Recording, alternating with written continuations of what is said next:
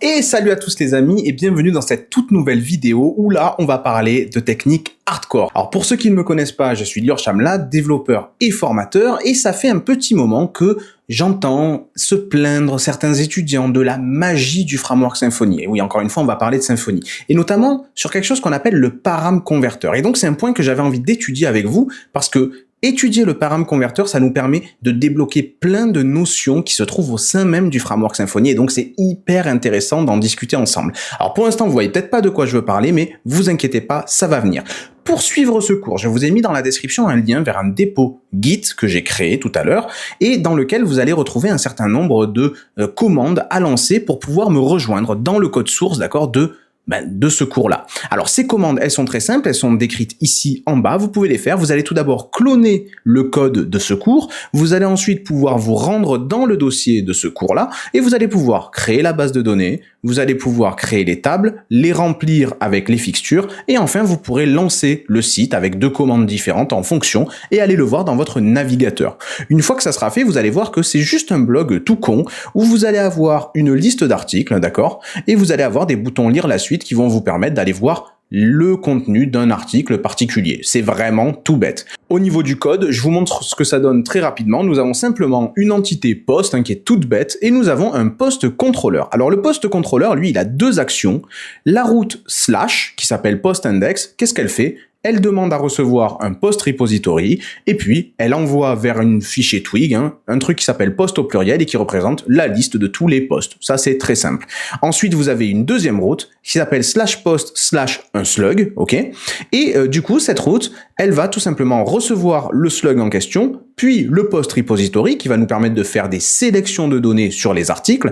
Et enfin, ce qu'on va faire, c'est qu'on va aller chercher l'article qui correspond au slug qu'il y a dans l'adresse, par exemple, article 0, article 1, article 2. Donc, grâce au slug, on va aller chercher le bon article. Et l'avantage, c'est ce qu'on peut faire ici, c'est s'il n'y a pas d'article qui correspond à ce slug, faire une erreur not found. Et si par contre, il y a bien un article qu'on a retrouvé, eh bien, on va pouvoir le balancer vers Twig en disant, ben voilà, tiens, affiche ce post-là. Et donc, fonctionnellement, ça vous donne simplement ce petit site-là, ce petit blog ici où vous avez des articles que vous pouvez lire. C'est aussi bête que ça. Alors, dans Symfony, il existe plutôt dans un package que l'on peut installer sur le framework Symfony, qui est le package Sensio Extra Bundle, ok? Donc, dans ce package-là, il existe quelque chose, un petit démon très sympa qui s'appelle le param converter. Alors, à quoi il sert le param converter? Il va vous servir à vous passer de ces lignes-là, vous voyez les lignes où je vais chercher dans la base de données l'article qui correspond au slug, etc. Je peux me passer de toutes ces lignes-là. Et ici, je peux me passer de demander le slug et le post repository. Tout ça, je peux le remplacer tout simplement en disant en Symfony, j'ai besoin d'un post, et là, j'oublie pas de faire le use, et je vais l'appeler $post. Et en fait, Symfony, grâce à ce fameux param converter qu'on va étudier ici, eh bien, va être capable de dire, OK, tu as besoin d'un post, je vais te le chercher. Alors, comment est-ce qu'il va le chercher? Parce que dans la route, il voit qu'il y a un slug, et il sait que slug, c'est un champ de mes posts. Donc, il est capable de comprendre, OK, je vais aller chercher un post dont le slug est égal à ce qui a été tapé par le visiteur. Et là, regardez, si je sauvegarde et que je viens ici lire l'article 0, par exemple, eh bien, ça fonctionne parfaitement bien. Alors, pour étudier ce phénomène, pour comprendre mais comment ça marche cette sorcellerie, la première chose que je vais vouloir faire, c'est que je vais vouloir le désactiver. Je vais vouloir désactiver cette fonctionnalité dans Symfony. Alors, sur la documentation du param converter, vous verrez, en descendant, vous cherchez param converter sur Google, vous allez tomber sur cette page qui vous explique comment ça marche ce fameux param converter. Vous allez pouvoir trouver ici, tout simplement, une configuration qui va vous permettre de dire, en fait, je ne le veux pas, je veux le désactiver. Donc, il faudra vous rendre dans le dossier config package Sensio Framework Extra Bundle, ok, et vous allez rajouter ces clés-là. Donc, je les ai pris, ok, je vais me rendre dans config package Sensio Framework Extra et je vais simplement rajouter ces lignes-là. Voilà. Donc là, je suis en train de dire ici, je ne veux plus d'autoconversion. Alors, regardez, par rapport à ma fonction ici qui demandait à ce qu'on convertisse automatiquement le slug ici en un post ici, regardez ce que ça va donner au niveau de mon site web quand je vais actualiser. Désormais, je vais avoir une erreur. On va me dire, mais Qu'est-ce que c'est que ça? Je ne sais pas ce que c'est que ce truc post là, je ne peux pas te le donner. C'est normal, on a désactivé le param converter. Alors pour bien comprendre comment ça marche, il y a des préalables, il y a des prérequis que vous devez comprendre, que j'ai abordé dans plein de vidéos de ma chaîne. Si c'est la première fois que vous tombez sur cette chaîne, n'hésitez pas à aller voir un peu toutes les autres vidéos sur Symfony parce que tout ce dont je vais parler ici, j'en ai déjà parlé en détail dans d'autres vidéos. La première chose qu'il vous faut comprendre, d'accord? La toute première chose qu'il vous faut comprendre, c'est que nous avons au sein même de Symfony ce qu'on appelle un URL matcher. Alors, l'URL matcher, son but c'est quoi? Quand on tape une URL dans l'adresse et qu'on tape entrée, Symfony la reçoit et crée une requête avec ça. Et elle va demander à l'URL matcher, dis donc, cette URL, est-ce que tu la connais? L'URL matcher, très simplement, va dire, voilà, je vais analyser toutes les routes, les routes, c'est ces @route qu'on a mis sur nos fonctions, et je vais voir s'il y en a une qui correspond à cette URL-là. Donc, par exemple, /post/article-0, et il va voir, bah ouais, j'ai une route, /post/unslug, donc ça correspond. Et donc, l'URL matcher va être capable de nous dire, bah voilà la classe qu'il faut appeler, voilà la fonction qu'il faut appeler, voilà même le nom de la route qui correspond, et même en plus, il va être capable de nous dire, en plus, dans cette route, il y a un paramètre slug, et vu ce que le mec a tapé, c'est article-0. Alors ça, vous pourrez le retrouver directement dans ce qu'on appelle les attributs de la request. Alors regardez ici, ce qu'il faut comprendre, si je demande à ce qu'on me passe ici la request, et attention, je prends bien celle qui vient de Symfony Component HTTP Foundation, je vais demander à ce que Symfony, quand il appelle la fonction show, me passe la request, et je vais vous faire ici un DD, un dump and die de cette fameuse request. Ok? Donc le code va s'arrêter là et il va m'afficher qu'est-ce qu'il y a dans request. Si je vais actualiser, vous allez voir que dans la request, nous avons un petit sac de données ici qui s'appelle les attributs. Les attributs, c'est grosso modo des données que le framework a mis en place dans la request. Donc c'est pas des données qui viennent du get ou du post ou quoi que ce soit, c'est des données que le framework a stuffé dans les attributs de la requête. Et qu'est-ce qu'on y retrouve? Eh bien, tout ce que l'URL matcher nous a donné. Par exemple, l'URL matcher nous a dit, écoute, l'URL que tu as tapé, ça correspond à la route post-show. Le contrôleur qu'on va devoir appeler, c'est la classe post-controller et c'est la méthode show. Aussi, j'ai trouvé un slug qui est article-0. Donc vous voyez que l'URL matcher, il a fait son boulot d'analyser la requête, d'analyser l'URL, et il en a déduit un certain nombre de choses. Et ces choses-là, on les a mis dans les attributs de la requête, y compris le slug. Ok? Alors après, il y a d'autres choses qui ont été rajoutées, notamment le firewall context, l'access control attribute. Tout ça, ça vient d'une autre partie de Symfony, c'est la sécurité. Ça n'a plus rien à voir avec le matcher, d'accord? Là, le matcher, lui, en tout cas, ce qu'il a trouvé, c'est quelle était la route, quelle était la fonction à appeler, dans quel contrôleur, et quel était le slug, le paramètre slug, ok? Et il a mis tout ça dans les attributs. Eh bien, comprenez bien qu'une fois que le matcher a fait ce travail de mettre dans la requête, d'accord, les attributs, eh bien, il y a un autre petit robot, donc on passe à une deuxième notion, il y a un autre petit robot très intéressant qui s'appelle l'argument resolver. Quel est le but? Symfony a trouvé grâce au matcher que c'était cette fonction-là qu'il fallait appeler, la fonction show. Ok? Et donc, l'argument resolver, son boulot, ça va être de dire, écoute, nous voulons appeler cette fonction, le problème c'est que elle a des arguments, cette fonction. Elle demande ici, par exemple, une request. Donc, pour l'appeler, il va bien falloir qu'on découvre. Symfony va devoir découvrir quels sont les paramètres à lui passer. Sinon, il ne pourra pas l'appeler. PHP va planter. Si vous l'appelez cette fonction sans lui passer les paramètres qu'elle vous demande, ça va planter. Donc, il faut bien que Symfony ait un moyen de découvrir quels sont ces paramètres. Ce moyen, c'est un petit lutin très sympathique qui s'appelle l'argument resolver. Son but, c'est quoi?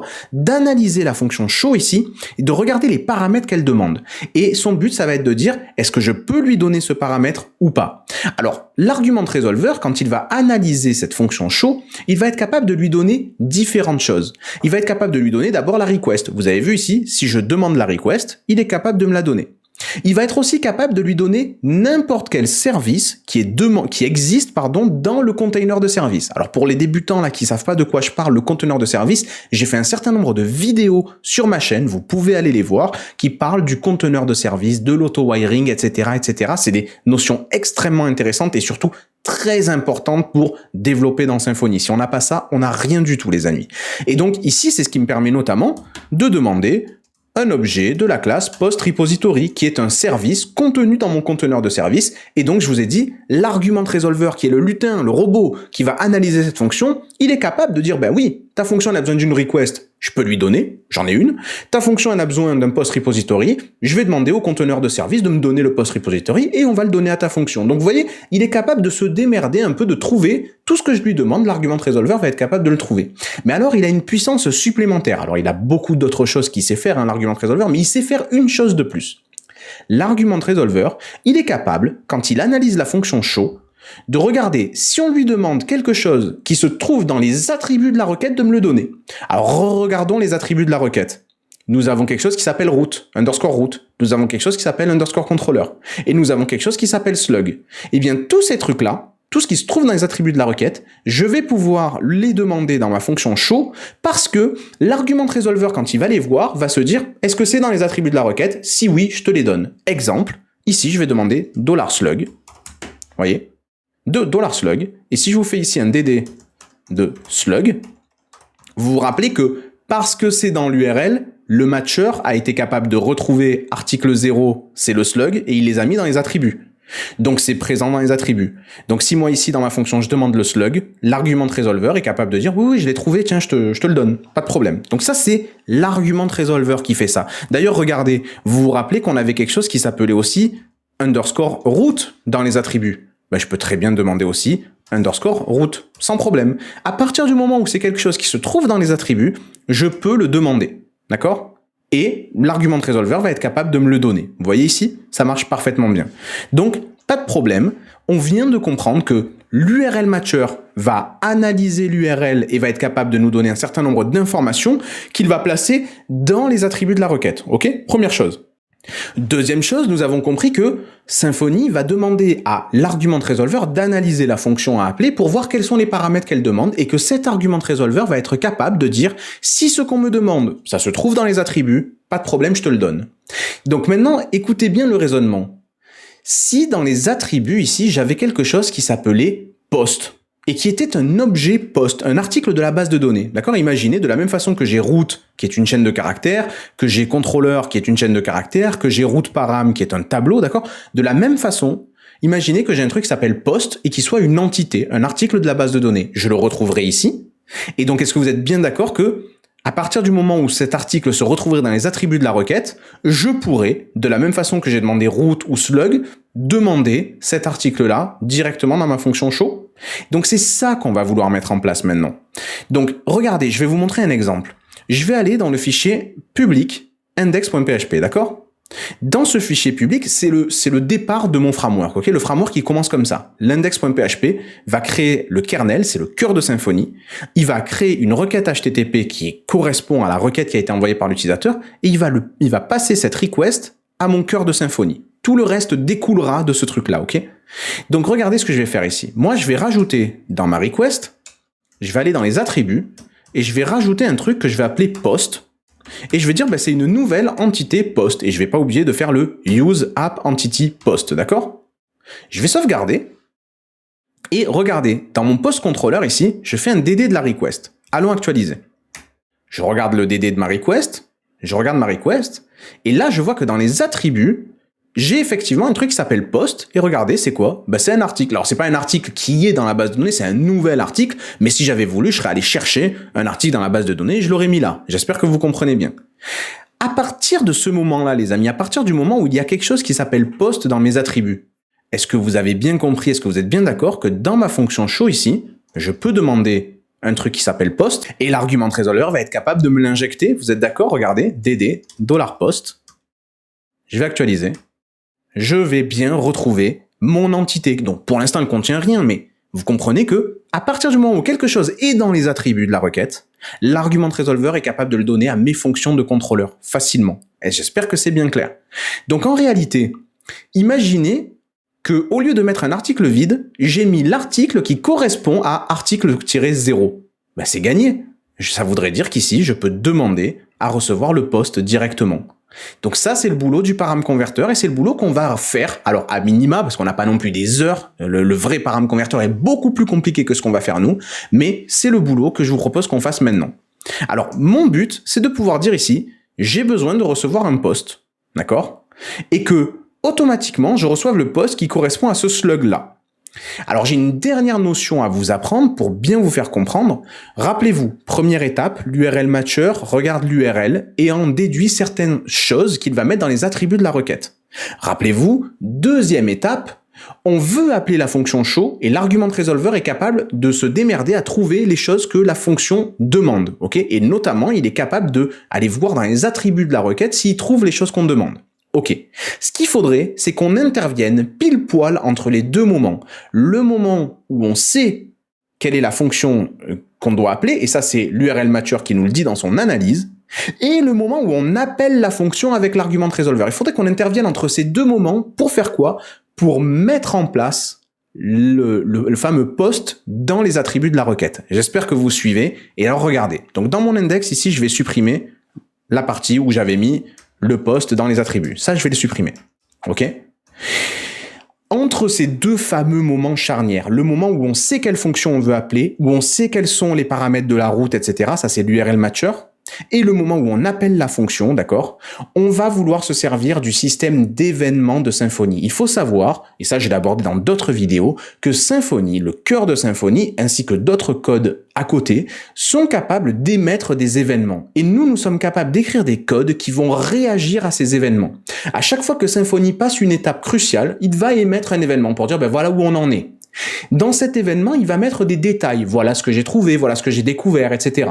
Et nous allons pouvoir écrire des codes qui vont réagir à ces événements, ok, et qui vont recevoir les détails, qui vont dire, ok, on en est là, voilà les détails dont on dispose, et on va pouvoir travailler là-dessus. Alors regardez. Dans Symfony, vous avez un événement qui s'appelle kernel.controller. C'est le nom de l'événement. Un peu comme si je vous disais, c'est l'événement submit en JavaScript pour un formulaire ou l'événement click pour un bouton. Donc nous, on va vouloir se brancher sur l'événement kernel.controller de Symfony pour pouvoir réagir. L'avantage de cet événement, c'est quoi? C'est qu'il se produit pile poil entre l'URL matcher à trouver les détails et l'argument resolver va appeler la fonction. Vous voyez? On est pile poil entre les deux. Donc c'est parfait pour nous. On va pouvoir se brancher à ce moment-là pour mettre une information dans les attributs qu'ensuite l'argument resolver pourra retrouver. Ok?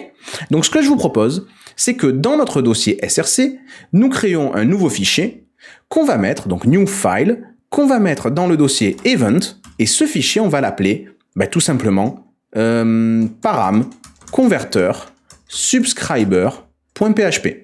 Donc ce que je suis en train de créer ici, c'est un subscriber. Un subscriber, c'est typiquement un code qui se branche à un événement pour y réagir. Donc je suis en PHP, je suis dans le namespace app, puisque je suis dans SRC, et je suis dans le namespace event, puisque je suis dans le dossier event. À gauche, on le voit bien.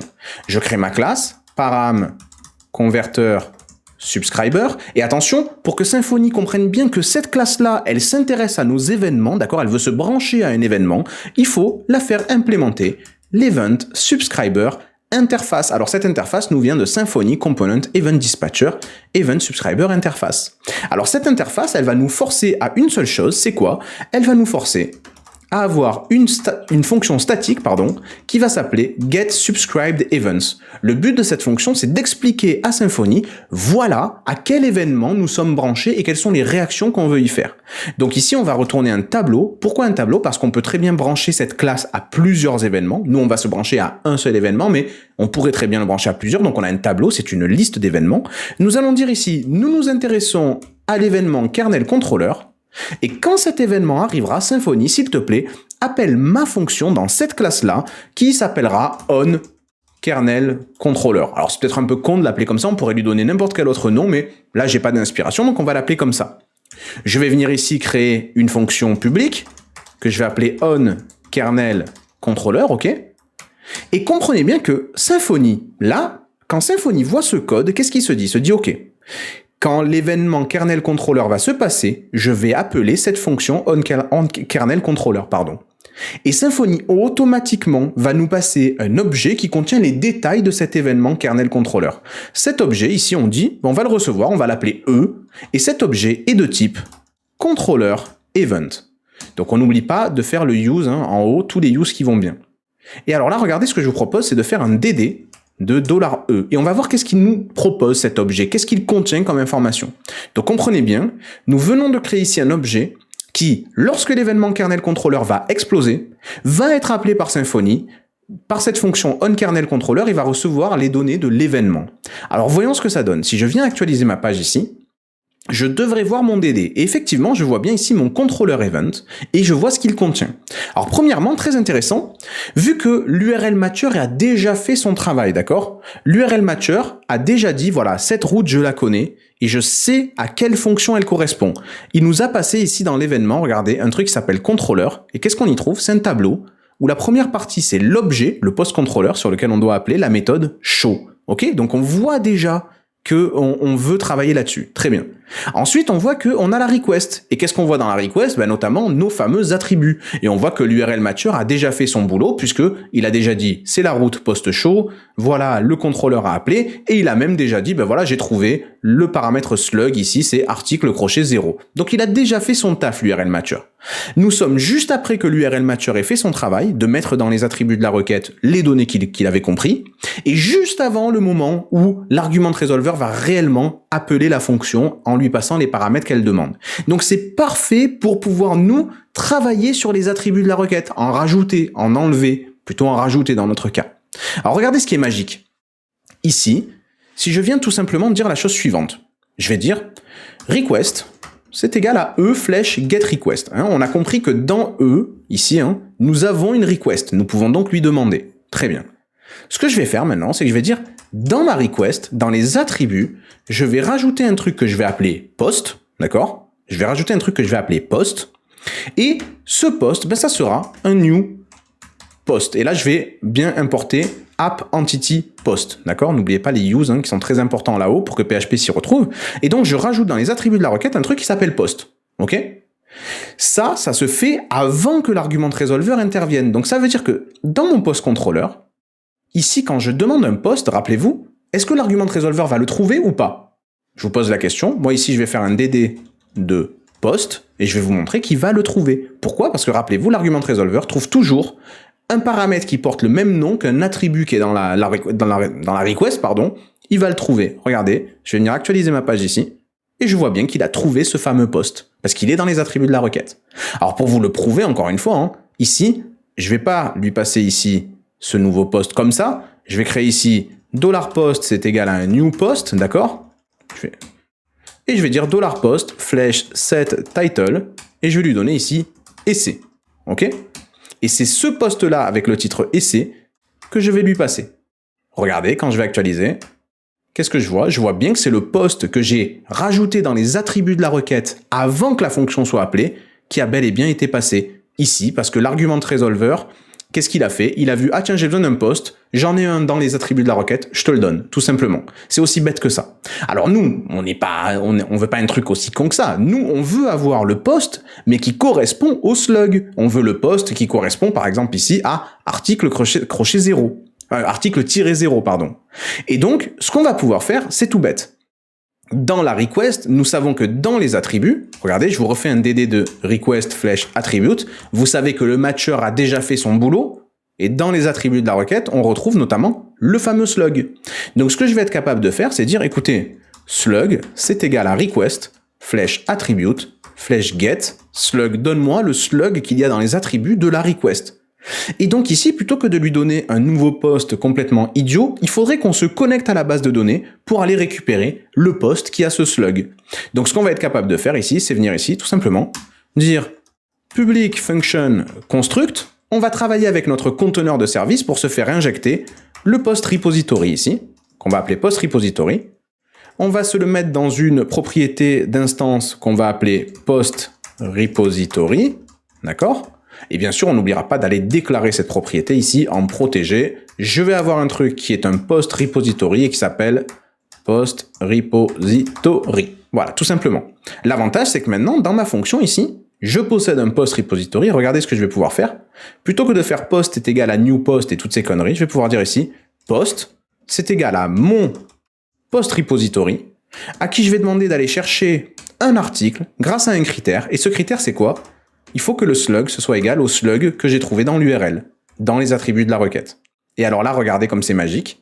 Si je viens actualiser, alors là, j'ai mon post article 0, mais si je demande le post article 3, par exemple, regardez, hop, je retrouve bien mon article 3. D'ailleurs, si je vais carrément dans mon post controller ici, je vais simplement dire, voilà, j'ai besoin d'un post ici, tout simplement. Je vais enlever le DD. Je vais laisser le render ici. Regardez, mon blog remarche parfaitement bien. Hop! Si je retourne à la liste, je vais sur l'article 0, ça marche parfaitement bien. Et vous voyez qu'ici, je n'ai plus demandé le slug, je n'ai plus demandé le repository, je me sers du post qui est directement dans les attributs de la request. Et donc ça, c'est magique. C'est ça le param converter. C'est aussi bête que ça. Alors bien sûr, il faudrait aller un peu plus loin. Il faudrait dire ici, par exemple, que si on n'a pas trouvé le post, alors il faudrait faire throw new, je crois que c'est not found, qui nous vient donc de Symfony component HTTP, etc. Not found exception, disant ben voilà, aucune entité post trouvée avec ce slug, tout simplement. Et donc là, si je vais demander un slug qui n'existe pas, si je dis slug numéro 100 par exemple, article-100, alors là, ben j'ai ma page 404, hein, toute jolie, aucune entité post trouvée avec ce slug. Voilà, tout simplement. Donc on peut encore rajouter. Là, en fait, notre param converter, il n'est pas très intelligent. Alors quels sont les différents problèmes de ce param converter? Premièrement, lui, ce qu'il fait, c'est que à chaque fois qu'on appelle une page, il va aller essayer de rajouter un post dans les attributs. Mais parfois, il y a des pages qui n'ont pas besoin qu'on aille rajouter un post, donc c'est pas nécessaire. Autre chose, ce param converter-là, il ne sait aller chercher un post qu'avec son slug. Alors que le param converter de Symfony est beaucoup plus intelligent. Si ici, au lieu de dire /post/slug, j'avais dit /post/id, le param converter de Symfony était capable de comprendre que, ah oui, mais c'est pas avec le slug qu'on va chercher le post, c'est avec l'id, etc., etc. Donc, il est beaucoup plus intelligent. Si vous voulez l'analyser, c'est très simple. Vous allez dans votre dossier vendor ici, qui contient toutes vos dépendances, hein, et notamment les codes de Sensio et donc ce plugin Framework Extra Bundle. Vous allez donc dans Sensio, Framework Extra Bundle, vous allez dans SRC, et dans Event Listener, vous retrouvez leur propre param converter à eux. Et vous allez voir que il est autrement plus compliqué que le nôtre, hein. Il est beaucoup plus complexe. Il s'appuie sur la réflexion pour analyser les méthodes, pour exactement savoir de quoi ça parle. Et donc, il est beaucoup plus intelligent, beaucoup plus compliqué que celui qu'on a créé nous. Mais c'était simplement pour vous montrer cette fameuse magie et vous la démystifier. En réalité, tout ça est très bête. Tout ça, enfin, c'est pas très bête, c'est très intelligent au contraire, mais je veux dire, tout ça, c'est pas de la magie. C'est simplement que si on connaît bien comment fonctionne Symfony, alors tout ça, ça s'éclaire très facilement. Alors, ce que je vous propose qu'on fasse, c'est tout d'abord qu'on débranche notre param converter à nous, d'accord? Alors, pour ce faire, ce qu'on va faire, c'est qu'on va tout simplement commenter cette ligne-là, on va retourner un tableau vide, donc nous ne sommes plus branchés à l'événement kernel controller. Donc notre param converter, là, ça y est, il est mis sur le côté, et on va aller réactiver, en supprimant ces lignes de configuration-là, d'accord? Nous allons réactiver le param converter classique. Et donc, regardez ici, quand je vais demander mon post, ici, théoriquement, ça devrait fonctionner, encore que, alors pour l'article 100, déjà, ça ne va pas fonctionner. Et aussi, voilà, ici, le param converter de Symfony, il est un peu plus exigeant que le nôtre. Il voudrait ici qu'on précise bien que post, c'est un objet de la classe post. Et là, à ce moment-là, il va un peu mieux marcher. Le problème, c'est qu'ici, moi, j'ai demandé l'article 100, donc il va encore bugger. Et là, on a cette fameuse erreur, hein, typique que les étudiants ne comprennent pas. Mais qu'est-ce que c'est? Je ne comprends pas. On n'a rien trouvé. Le param converter, je ne sais pas ce que c'est. C'est tout simplement parce que j'ai demandé un article qui n'existe pas. Mais si je demande un article qui existe, le param converter se démerde très bien. Il comprend que nous avons un slug dans l'URL, il comprend que la fonction demande un post, il fait le lien entre les deux, il va chercher le post qui a ce slug et il le donne à ma fonction. Magnifique. En réalité, n'oubliez pas, il ne le donne pas à ma fonction, il le met dans les attributs de la requête. Et c'est l'argument resolver qui est capable de dire, vu que la fonction elle demande ça et que c'est dans les attributs, je lui donne. Donc j'espère que tout ça a été super clair pour vous. J'espère aussi que vous avez apprécié la vidéo. Si c'est le cas, vous n'hésitez pas, vous faites péter le compteur des likes pour que la vidéo monte, pour que la chaîne marche de mieux en mieux. N'oubliez pas aussi, si vous avez la moindre question ou remarque, vous la mettez dans les commentaires, je viendrai le plus souvent possible pour vous répondre. Et enfin, donc du coup, d'ici à ce qu'on se retrouve sur ma chaîne YouTube ou sur ma plateforme de formation où j'aborde toutes ces questions, ou même dans la vie réelle, ou pourquoi pas même dans une formation en téléprésentiel ou en présentiel, c'est possible, pourquoi pas. N'oubliez pas les amis, développez-vous bien.